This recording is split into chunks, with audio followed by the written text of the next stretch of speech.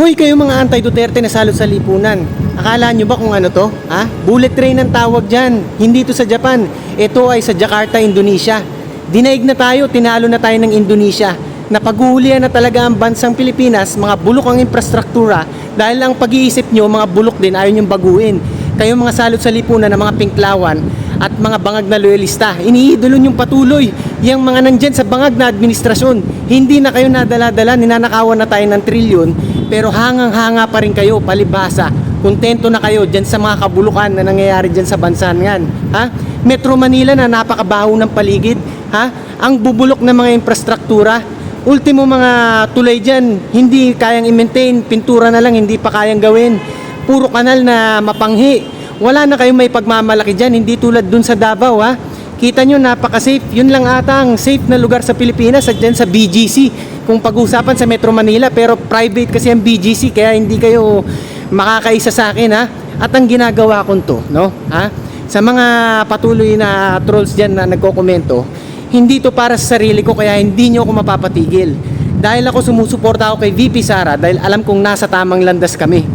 Hindi kami dito bayaran, at ako hindi to para sa sarili ko o sa pamilya ko. Nawalay nga ako sa pamilya ko eh. 7 years old kong anak na hindi ko nakikita lumaki. Isinakripisyo ko dahil dati pa ako mapagmahal sa bayan. At hanggang ngayon, imbis na nahimik na lang ako, patuloy ako nagsasalita dahil mahal ko ang bansa ko. Kaya hindi nyo ako mapapasuko. Itong motibasyon ko dito, para ang Pilipinas ay makahabol. Kahit anong paraan gagawin ko. Gagamitin ko kung anong meron ako. Dahil talaga napaghuhulihan na tayo. Sa dinami-dami ng experience ko mga diskriminasyon pag nalalaman nilang Pilipino ko. Ganyan din ang pakiramdam ng mga kababayan ko. So hindi nyo ako mapapatigil ang pagmamahal ko sa bansa ko hanggang mamatay ako. Yan lang ang solusyon nyo para patigilin ako. Pero hanggat buhay ako, hanggat humihinga ako, patuloy ako magsasalita. Nangihinayang talaga ako. Hindi ba kayo nangihinayang? Indonesia na lang dati napakahirap na bansa. Halos lahat magsasaka ang mga tao dito dahil agrikultura lang ang meron sila, pero kita nyo ngayon napaghuhulihan na tayo. Ganyan katulongges ang ating gobyerno, ang administrasyong bangag na ito. Tapos kayo dyan, ha, mga loyalistang bangag, akala nyo yan na ang Pilipinas, maganda na para sa inyo, mga hunghang. Ha? Palibhasa kasi, hindi pa kayo nakalabas eh. Kumuha kaya kayo ng passport sa DFA. Ha? Wala kayong budget? O i-PM nyo ko kung gusto nyo ng application dyan sa passport.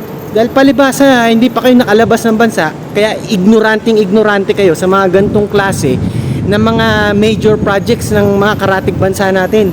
Southeast Asia na nga lang, Pilipinas pangalawa na sa Myanmar. Hindi ba kayo kinikilabutan? Ha? Gumising-gising nga kayo pagka may time. At i-remind ko sa inyo lagi na lagi kayong maging makabayan nang sa ganun ang Pilipinas ay maging Singapore din one day. Mula sa pinakasiga sa mga siga, Tigasing Noipi.